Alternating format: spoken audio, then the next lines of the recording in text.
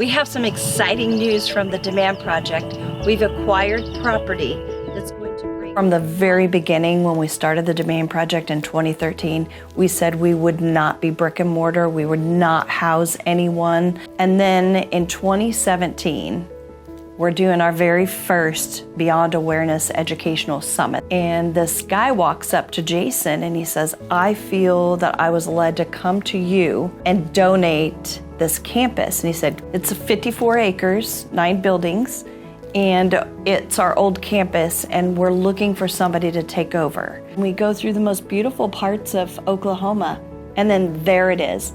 We drive up this hill, and it's like the clouds parted, and I heard, ah! It had sat empty for about 2 years. Out in the country in northeastern Oklahoma, all the elements, everything was starting to fall apart. Like it was a mess. It was like glorified camping. No electricity consistently. The water was on and off because it was on a well. There was bugs everywhere. It was filthy, dirty, and I loved every minute of it. Every minute of it. It was just amazing. It was like me and the kids, and sometimes Jason, were pioneering this thing that was way bigger than us. And I knew it was going to be too big.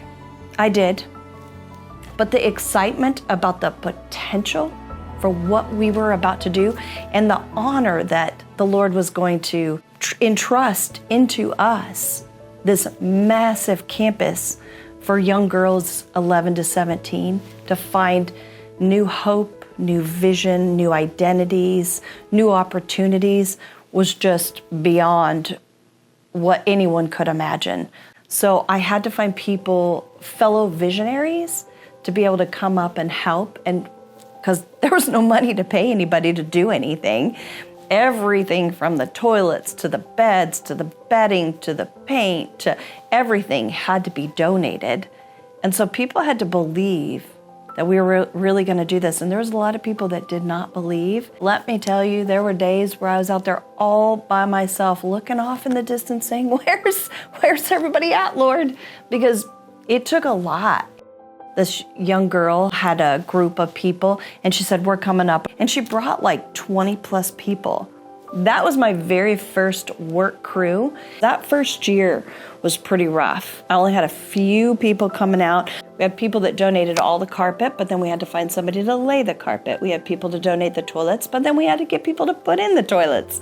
Like every time we got something donated, then we'd have the problem of, okay, now how are we going to do it? But we had such amazing businesses in Tulsa that would go all the way out an hour 15 to lay the carpet, put the toilets in, do all the windows, do all the things that we needed done. We finally get the campus ready to open.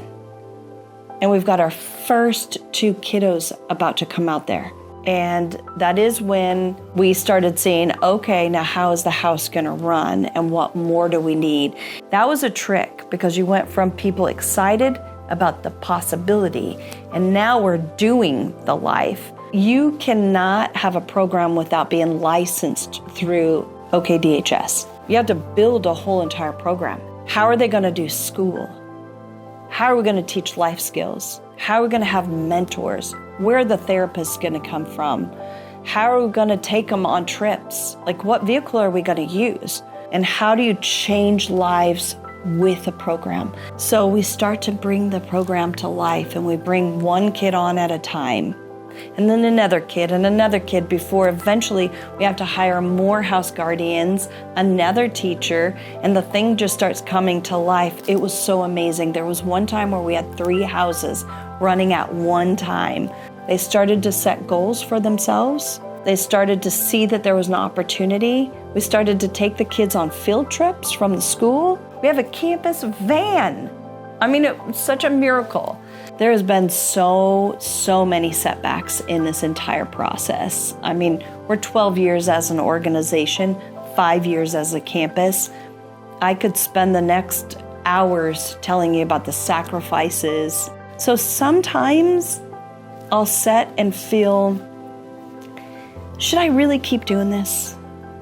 Is it really making a difference? Can I really handle this fight anymore? Yes.